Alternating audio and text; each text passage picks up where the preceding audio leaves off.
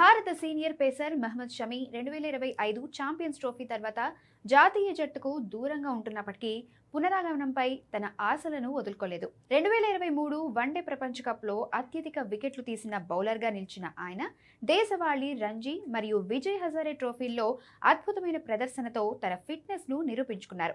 జట్టులోకి మళ్లీ రావడమే లక్ష్యంగా తీవ్రంగా శ్రమిస్తున్న షమి గత సీజన్ నుంచి ఇప్పటి వరకు 5 కిలోల బరువు తగ్గినట్లు అతని బాల్య శిక్షకుడు మహమ్మద్ బద్రుద్దీన్ వెల్లడించారు.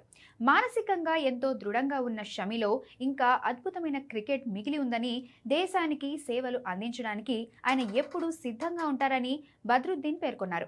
ఇటీవల ఇంగ్లాండ్ పర్యటనలో యువ బౌలర్లు రాణించలేకపోవడాన్ని ప్రస్తావిస్తూ అలాంటి పేస్కు అనుకూలించే పిచ్లపై షమి అనుభవం భారత్కు ఎంతో కీలకమని అభిప్రాయపడ్డారు.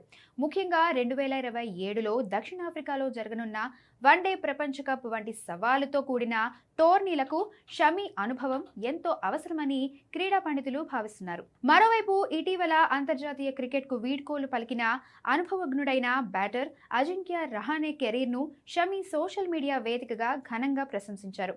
రహానే చూపిన క్రమశిక్షణ, అంకితభావం, నైపుణ్యం యువతరానికి ఎంతో స్ఫూర్తిదాయకమని కొనియాడారు. భారత జట్టు తరపున రహానే చేసిన పోరాటాలు, అందించిన మరుపురాని విజయాలను గుర్తు చేసుకుంటూ కృతజ్ఞతలు తెలిపారు. మరియు ఆయన భవిష్యత్తుకు శుభాకాంక్షలు తెలియజేశారు. దేశవాళీ టోర్నీల్లో అంచనాలకు మించి రాణిస్తూ ఫిట్నెస్ పరంగా పూర్తి సన్నద్ధంగా ఉన్న షమిని వెంటనే జాతీయ జట్టులోకి తీసుకోవాలనే డిమాండ్ ప్రస్తుతం క్రికెట్ వర్గాల్లో బలంగా వినిపిస్తుంది.